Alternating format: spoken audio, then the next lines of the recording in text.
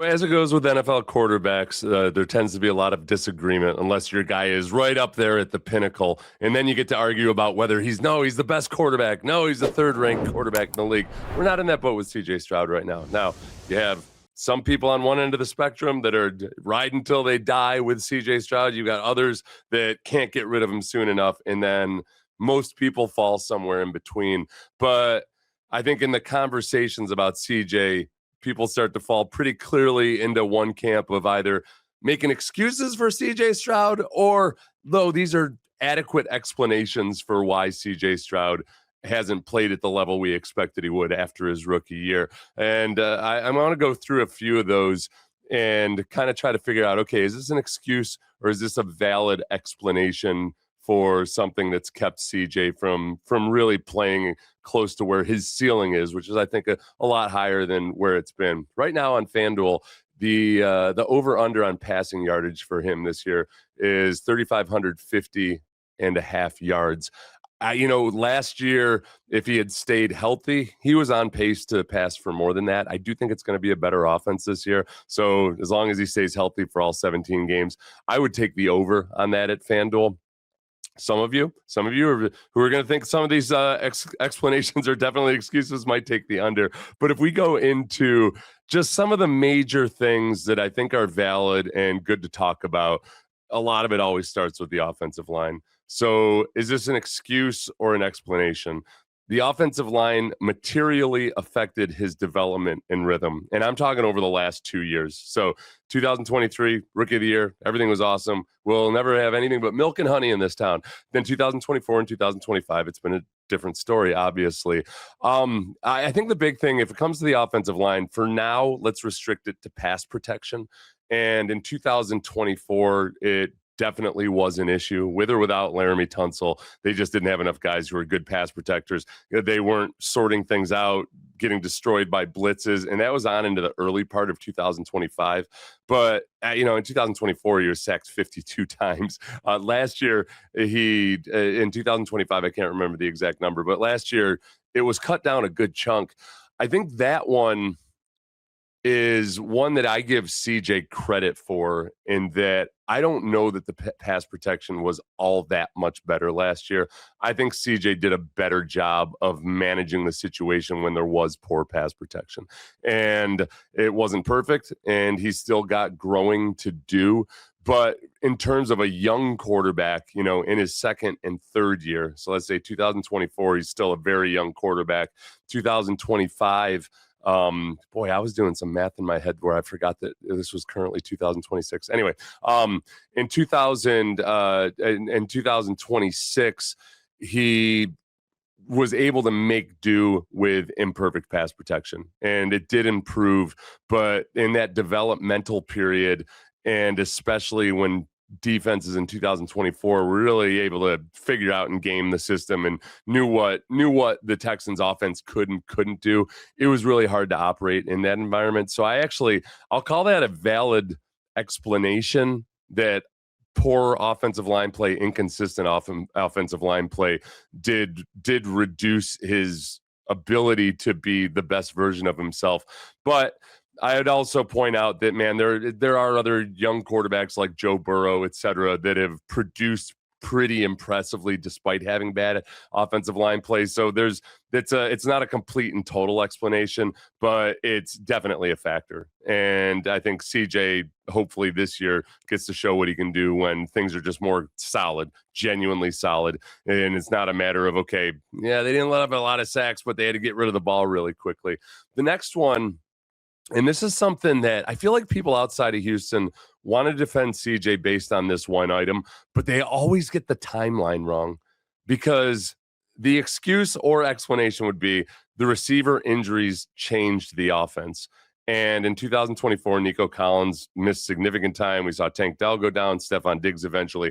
Obviously, we knew that there were issues there. In the playoffs this year, Nico Collins not being there in the final game was a real issue. But Nico Collins was there in the Pittsburgh game. But even if we restrict it to just the regular season, I don't buy that as an explanation. I think that's a little bit more of an excuse, including by people like, it was Sam Monson on Check the Mics. And Sam's a really smart guy, but I heard him and many other people say, well, in 2024, Tank got injured and then Stephon Diggs got injured. But that doesn't really tell the story of what was going on that season, like long before both those guys went out for the year. But including when Nico Collins was healthy and available, we know it was not clicking. The dreams of having 3 1,000-yard receivers were pretty quickly dashed against the rocks by the offense's inability to really get anything going. So it has been a factor, but that's not really an explanation for the sum total of what's gone on. I think in 2025, there was definitely an element of having too many young guys out there, or Christian Kirk is not a young guy, but he was either banged up and coming back from injury or missing time with injury. And where the guy you really wanted to get on the field to see what he could do with his explosiveness in that slot receiver position would be Jalen Noel, but it was just a slow burn-in period for him. So it's a partial explanation, but if you lean too hard into it, so it's a bit of an excuse. The third one, excuse or explanation, the offense lost continuity. So they fire Bobby Slowik after 2024, hired Nick Caley, new coordinator, new protection scheme, new line, new receiver mix, a whole bunch of variables for a third-year quarterback who's trying to learn a new system that can be pretty complex, at least at the beginning. And you're asking the quarterback to do a lot more. I think that this would be more palatable if Drake May hadn't been doing the same thing, and basically learning the same offense and having with Josh McDaniels and then a better rushing attack up there in New England. But he had Stephon Diggs, and all of a sudden Kayshon Boutte is a guy that's being talked about differently than he had been before, all while adapting to that new offense. So it's not like it's an impossible task to adopt that offense and figure out how to play well in it effectively. And we'd seen Josh McDaniels do that with younger quarterbacks before as well. So when in New England, not elsewhere. So so I don't really buy the continuity. I would call that an excuse. I was just about to basically say the offensive continuity excuse, and I realized, that's more of an excuse. So I don't. There's just too many quarterbacks that adapt to a new scheme real quickly these days and show that they're capable of executing it. So that one's on CJ this year to be more in command, the way all the reports have been so far out of camp. The Nico Collins, by the way, the over-under for him on FanDuel is 1,050.5 yards. And if you go back to 2023 at 1,297 yards, 2024, 1,006 yards, included with some injuries in there, and then 1,117 this year, still also dealing with some injuries. I think that with Nico, it's just a matter of whether or not he stays healthy or how many games he misses or doesn't miss. But I'm comfortable with the over on that. Just by virtue of 2 of the last 3 seasons, that's where he's been. And I do expect the offense to be better this year. So 1,050.5 is the over-under on Nico over at FanDuel. Next one. The 2025 numbers are not the same kind of regression as 2024. I could have worded that better than that, I suppose. I think there's a perception that it's been nothing but regression since 2023, that he's gotten worse each year. I think somebody on a broadcast somewhere said that, it gets worse each year. I think there were some things last year that were very promising, and I think that did look more like 2023. Some of it was balanced out by the fact that there were times where they were just playing it close and conservative when they had a lead in the second half, and that the numbers might have been a little bit more prolific if they were in catch-up mode or garbage time or something like that. But I think his decision-making under duress, I think his willingness to throw into tight pockets, and his ability to do so, the ball placement moniker, the ball placement specialist moniker, I always felt was a little bit ambitious, and it almost turned it into like, wow, CJ's not as consistent as he used to be. When he improved in consistency and accuracy over 2024 into last year, more so than I think people would be willing to acknowledge it right now if there hadn't been that meltdown in the playoffs. I do think that there were times also where his mechanics looked like they weren't as rock solid and stable as they used to be, and you wonder if that was partly just because of the cumulative trauma of playing in the NFL behind a bad offensive line over the last few years. But I'll see that. Is that an excuse or an explanation? It feels kind of like a bittersweet explanation, because you're saying, well, okay, no. He's not as bad as you think he is. He's actually a little bit less worse than you say he is. But I think that makes it a valid. It almost doesn't even sound like a good excuse if it was a valid excuse. But it paints a better picture of exactly what it might be. Now, this how would you frame this? Pressure may have changed his internal clock. So after getting battered and bruised at near David Carr-like levels in his rookie season, and then playing behind a bad offensive line in 2024, an improved offensive line, but still not a stellar offensive line in 2025, did he just start to speed up too much? And, that's a term you'll hear Greg Cosell use that a lot. The quarterback's he's sped up. He's hurrying through his progressions. He's not waiting for things to develop and let the play run its course. I disagree with a lot of really smart people on this, which always makes me feel like, all right, well, Sethers, maybe you're the one who's not seeing it so clearly. I understand what they're saying. I think that he is still in that formative stage of his development where he's trying to learn exactly when to push the envelope and when to dial it back. And I thought he made a lot of progress in doing that last year. But when it comes down to crunch time, is he able to do it? Yeah, he had some performances, including in games where the overall numbers of the overall game didn't look awesome. I thought the Kansas City game, where they were facing a defense that does everything they can to screw up a quarterback mentally, and they did in the third quarter. I mean, the Chiefs were releasing the hounds, and the offense didn't look like it could function at all. I felt like in that game, CJ figured out and settled into the rhythm of how they needed to operate in the fourth quarter, and he was able to do some really good things when he did that. So the internal clock, as far as comfort in the pocket, when to hang on, when to get rid of the ball, the only time I was really concerned about it this year was after the concussion, where especially in that first game back, he did looked a little bit skittish. He was dropping his eyes and looking into the rush at the rush in a way that he doesn't typically. I felt like he settled in after that. We know that he was way more reluctant to run after that concussion, and like how much of that was a factor into the playoffs and just what it was his overall comfort level in general playing after the concussion. We really won't know until we get to this season. He's come back from 2 concussions in his career. After the first one, I felt like that was almost like in a movie when somebody gets kicked in the head by a horse and they can speak French or something. I felt like that did that for CJ in his rookie year. He came back after that concussion and did some really impressive things. Did some of the best work he did in his rookie season after he had the concussion. Last year didn't feel quite as much like that magical kicked in the head by a horse moment. Next one. So I would say pressure may have changed his internal clock. I'm not really buying that as an excuse, and I don't even think it's a great explanation right this moment. I think that's still very much in him, and I think he's trying to figure out, is Pat Mahomes went through this, even after he'd won a Super Bowl and been an MVP, when defenses started to change that they were operating and they just took away the deep ball, and no matter what, Mahomes had to go through a period where, even though he was already a very accomplished quarterback, he had to learn how to operate differently. I mean, you really see this out of all the genuinely great quarterbacks. Tom Brady went through a period where he kind of realized he had to make it more of an intellectual endeavor. And, I'm not putting CJ in that same category of quarterback or anything. It's just, it's not like it's a bad thing necessarily that your quarterback is still developing after the third year. This one, and I'm going to say that this is a valid excuse to an extreme degree. The run game and early down structure did not consistently protect him.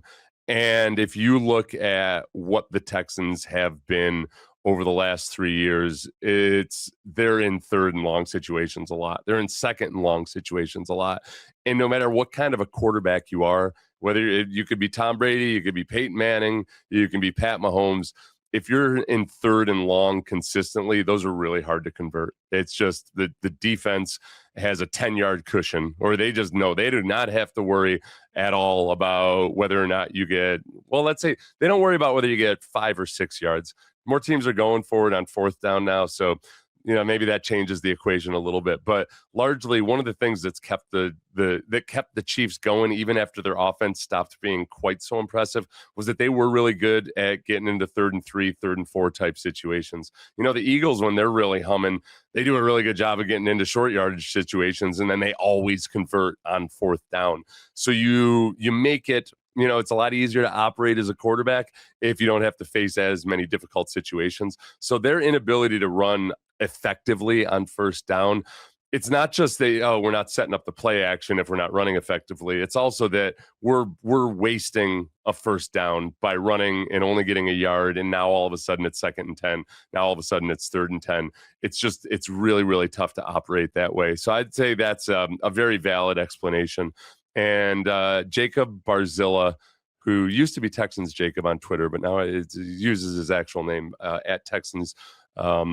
Whatever I said, I got a Barboza, I think it is. Anyway, he showed the graphic of quarterbacks who have a bottom 5 EPA per rushing attempt, and it's none of the good ones. You can't operate when you don't have a good rushing attack like that. Now you can make an argument that the really good quarterbacks, it's easier to run the ball because teams are worried about the pass, etc. But that's 100%, especially in the Bobby Slowik year in 2024. That's an offense where it's supposed to be that the run game and the pass game are really tied to each other. You hear about guys that play against Kubiak back in the day or Kyle Shanahan, and it's that everything looks the same. The run game looks like the pass game, and it's just really impossible to figure it out. And that's what makes it so effective so consistently. And they weren't anywhere close to that, partly because of the actual execution, but then the fact that execution led to such a decrepit rushing attack. It just looked nothing like those old Arian Foster, Andre Johnson types of days. The next, so let's see. I say that's an explanation, not an excuse. The run game and early down structure. Next one, his supporting cast was unstable, not merely bad. So it's not just that it's a lack of talent. It's the constant reconfiguration of who is healthy, who is playing where, what the offense could major in week to week. The stability of the offense and the injuries that led to some of that instability, I feel like we've covered a lot of that with the wide receivers already. I would say if you're talking about Joe Mixon, 100%. Going back to the run game, I mean, I feel like with Joe Mixon, I catch myself doing this all the time. It's that you forget what a big deal it is that you had Joe Mixon, who at the very least, despite the rushing attack not being consistent, in 2024 was able to rush for over 1,000 yards. The problem was there was a whole lot of tackles for a loss, not his fault. And then a few big runs per game from Joe Mixon that got him to that 1,000+ yards. But I think it's kind of like with the Rockets. You almost forget, like, oh yeah, Fred VanVleet not being there for the whole year was kind of a bigger deal. Even as I want to make for excuses for the Rockets, I forget that, okay, they were trying to operate that offense without a true point guard the entire season. They tried to cobble it together. If at any point they'd gone out and just gotten an average but genuine point guard, who knows how everybody else would have looked. With CJ Stroud, I 100% think that the loss of Joe Mixon was a really big deal. But I also have to remember that in 2024, it wasn't like it was a great offense, even without Joe Mixon. I also have to remember, in an argument in favor of CJ, they did have the 13th scoring offense, 13th highest scoring offense in the league last year without Joe Mixon. And where that really hurts, it really twists the knife, is you think, okay, look, you want them to be better than 13th overall in scoring, but they were one of the worst teams in red zone efficiency. So they settled for so many field goals that if Joe Mixon had merely been in there for a lot of those short yardage situations, I think it's really reasonable to assume that they would have converted a lot more of them, and you could have ended up with more touchdowns instead of just settling for field goals all the time. The lack of stability from the supporting cast, I'll go as a partial explanation there, mostly weighted heavily by Joe Mixon and how much of a loss that was. Next one. Texans may have asked him to grow while also surviving chaos. And I could have probably framed that more closely to just that they were asking him to grow last year in that offense while also shuffling in a bunch of new experiments on the offensive line. And you go back to CJ's rookie year, I was nervous that the plan originally was apparently you're going to have Juice Scruggs, a second rounder rookie, snapping the ball to a rookie quarterback who are running plays that were called by a rookie offensive coordinator. Man, that's a lot of new and rookie and inexperience all wrapped up into one. And then you flash forward a few years, and man, they've had a different starting center in each of these last 3 years. Probably likely going to have another one this year. But last year, Jake Andrews, who had only played 70 snaps or so of NFL football before last season, at least on offense, not just special teams. And you had a rotating cast at left guard. Ed Ingram ended up being a nice surprise. But you had a rookie starting at left tackle. Well, CJ's also trying to run a system that's more complicated, requires more input and instruction from CJ to the offensive line when those guys are just trying to basically still make the squad. And that's hard to do. I think that's a valid explanation. Some of these things I'm going to revisit depending on how CJ does this year. If CJ falls apart or something, then I'd be much more inclined to say, well, those were just dirty excuses. CJ has a great year. I'm going to say, well, obviously, I was saying this long ago. These were valid explanations for what the deal was there going on.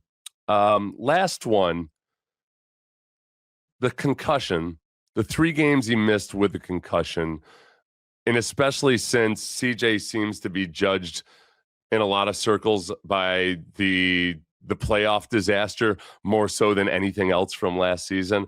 I think that as of right now, it's an explanation that I'm not comfortable giving because coming back from injury, coming back from concussions, that is part of life in the NFL. So even though it's an understandable explanation for why he might not have felt comfortable afterwards, the cold, hard, unfair reality of it is that whether it's a concussion or a broken bone or whatever it might be, tendonitis, that's life in the NFL. And, that's where it skews a little bit more towards excuse for me on that one, but a very understandable excuse. I don't want to sit here and act like it doesn't freak you out to have traumatic brain injuries, and especially now that they know everything that goes in it. It was easier back in the day because you didn't think much of it. You genuinely feel like, I got my bell rung. That's kind of trippy. But now guys know, and it might weigh heavily on them, and I get that. I understand that. I'm not trying to play the old back in my day bit or not. But the biggest thing we saw after the concussion was that he was just not as willing to run past the line of scrimmage. Most of his rushes, or a good chunk of his rushes after the concussion, were just in QB sneak situations. Him pulling it down and just even running for an easy 5 or 10 yards and getting the hell out of bounds or sliding early, he drastically reduced how often he rushed and the effectiveness with which he did it after those concussions. So, understandable explanation, but because ultimately it's on the NFL player to come back from those injuries, I got to put that as an excuse right now. I'm pretty optimistic that he's going to overcome it, and it's not going to be a huge deal moving forward. For those of you who are wondering what the hell's going on behind me, or it looks like I've got, if you're watching on YouTube, it looks like I'm in some weird version of Superman's ice castle or something. This is a studio at Sports Radio 610 that's being I would say it's being redecorated, but I think they're redecorating everywhere else and just throwing everything from all the studios into this one, and they're going to figure out what to do with it afterwards. But it was the only one that was available to me today. If you're watching on YouTube, please like and subscribe. If you're listening elsewhere, give a 5-star review on Spotify or Apple or wherever else. Maybe leave some kind words. That'd be awesome. It helps other Texans fans find us and join the Bleav in community. And until later, I will bid everybody adieu, and I want you to please have a great one.